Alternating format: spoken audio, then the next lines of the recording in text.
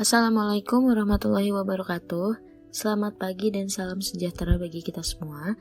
Selamat datang di pertemuan ke-11. Pada pertemuan kali ini kita akan membahas mengenai materi baru, yaitu rangka batang. Untuk itu, sebelum memulai materi, silakan Anda simak video berikut ini terlebih dahulu.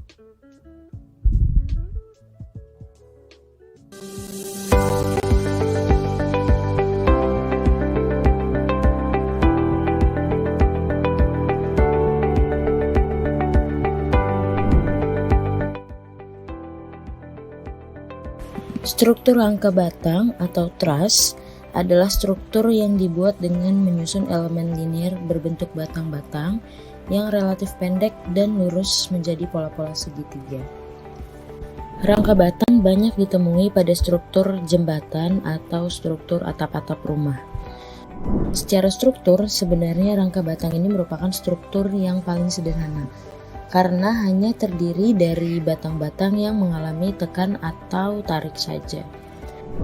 Rangka batang dapat dihubungkan atau disambungkan dengan menggunakan sambungan baut atau sambungan las. Apabila kita ambil titik tengah dari tiap elemen batang, maka tiap elemen tersebut akan bertemu di satu titik yang disebut dengan titik kumpul atau titik buhul. Kemudian berikut ini adalah analogi pembebanan pada struktur rangka batang. Ketika sebuah struktur rangka menerima sebuah beban, maka rangka batang tersebut akan berdeformasi dan mengalami momen akibat lendutan. Dan berikut ini adalah keadaan rangka pada saat menerima sebuah beban, di mana batang atasnya akan mengalami tekan, sehingga batang atasnya disebut dengan batang tekan.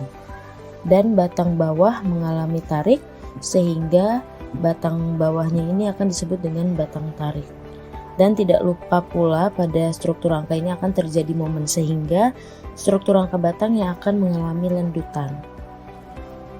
Untuk batang-batang vertikal maupun batang-batang diagonal akan menjadi batang tarik atau batang tekan tergantung dari posisi atau konfigurasi dari batang tersebut. Seperti pada gambar ini, di mana batang-batang diagonal ini dalam posisi konfigurasi sebagai berikut akan mengalami tarik, sehingga batang diagonalnya disebut dengan batang tarik. Kemudian apabila batang diagonalnya dikonfigurasikan dalam posisi sebagai berikut, maka batang-batang diagonal ini akan mengalami tekan, sehingga disebut sebagai batang tekan.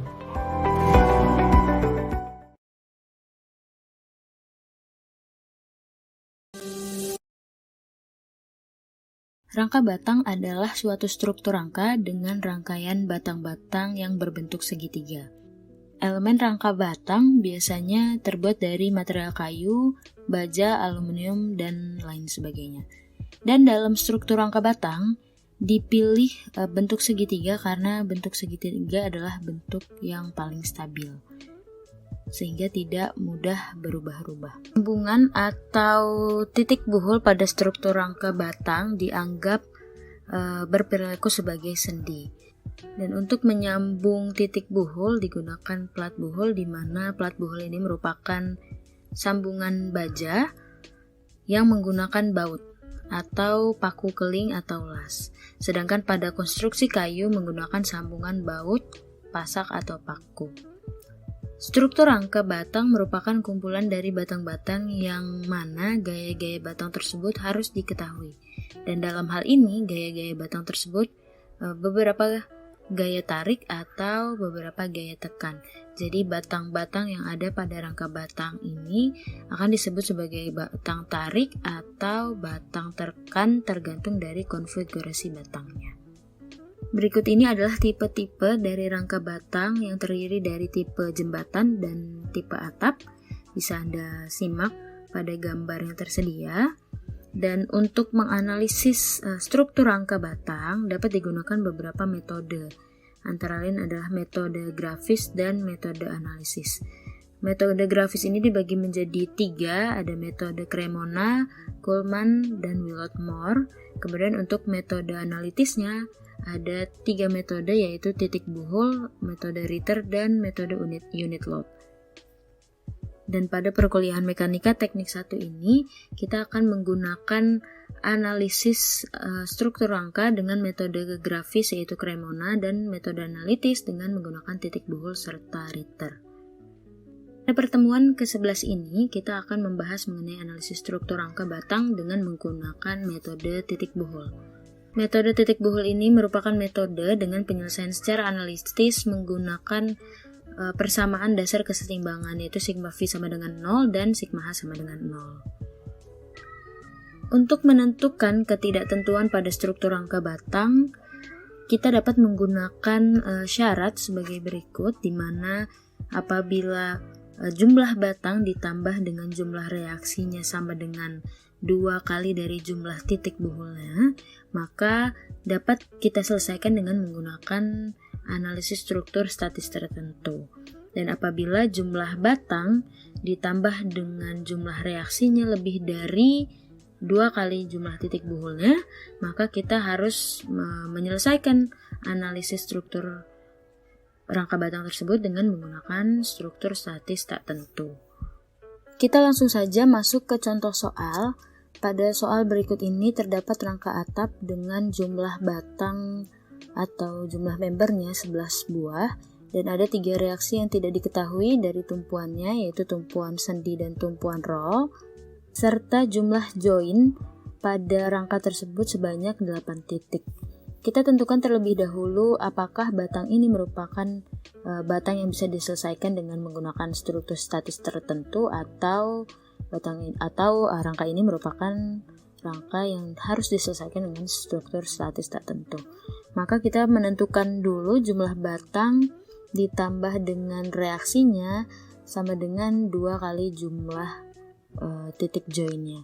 Dan pada batang ini kita ketahui jumlah batangnya adalah 11 ditambah dengan 3 reaksi yang tidak diketahui dari tumpuan dan jumlah joinnya adalah 16. Maka struktur ini dapat kita selesaikan dengan menggunakan struktur statis tertentu.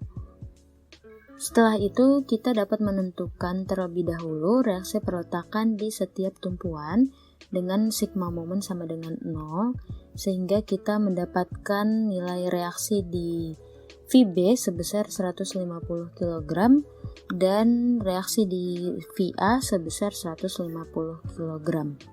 Karena tidak ada gaya atau reaksi horizontal yang terjadi pada struktur rangka ini, maka sigma H-nya adalah sama dengan 0 atau HA yang terjadi pada titik atau tumpuan A adalah sama dengan 0. Selanjutnya, untuk menentukan gaya batang, kita selalu mulai dari titik simpul dengan maksimum ada 2 gaya yang tidak diketahui dengan menggunakan persamaan sigma H sama dengan 0 dan sigma V sama dengan 0. Kita mulai dari join A terlebih dahulu, di mana pada join A ini terdapat beban terpusat sebesar 50 kN serta reaksi di VA sebesar 150 kN. Sehingga ada 2 buah gaya batang yang tidak diketahui, yaitu batang B1 dan batang B2. Dan oleh karena batang B2 ini merupakan batang diagonal, maka dari itu kita perlu untuk memproyeksikannya terlebih dahulu ke arah Fx dan arah Fy, sehingga kita akan mendapatkan batang B2 arah vertikal dan batang B2 arah horizontal. Kita mulai dari menghitung sigma V sama dengan 0 untuk mendapatkan nilai B2 arah vertikalnya, sehingga di sini bisa kita lihat bahwa terdapat beban terpusat sebesar 50 kN dengan arahnya menekan batang, sehingga timbul reaksi dari VA sebesar 150 kN. Maka kita dapatkan nilai B2 vertikalnya besar negatif 100 kg, yang artinya batang B2 vertikal ini adalah batang tekan karena nilainya negatif. Kemudian kita dapatkan pula nilai B2 arah horizontal dan B2-nya dengan menggunakan perbandingan segitiga. Sehingga kita ketahui nilai B2 arah horizontalnya adalah 500 kg, yaitu batang tekan karena nilainya negatif, dan B2-nya adalah negatif 509,9 kg yang artinya B2 ini merupakan batang tekan. Selanjutnya kita cari sigma H sama dengan 0, di mana kita akan mendapatkan nilai batang B1 sebesar 500 kg dan batang B1 merupakan batang tarik. Kita lanjut pada titik join berikutnya, yaitu titik join C, di mana pada titik join C ini kita sudah mengetahui nilai batang B1 dari perhitungan pada join A, sehingga terdapat dua gaya batang yang tidak diketahui, yaitu batang B3 dan batang B4. Lalu kita hitung dengan menggunakan sigma V sama dengan 0 dan sigma H sama dengan 0, sehingga kita mendapatkan nilai batang di B4 sebesar 500 kg dan merupakan batang tarik, serta B3-nya sama dengan 0 karena tidak ada gaya batang yang terjadi pada batang tersebut. Selanjutnya kita hitung juga pada join D atau titik D, sigma H sama dengan 0 dan sigma V sama dengan 0-nya.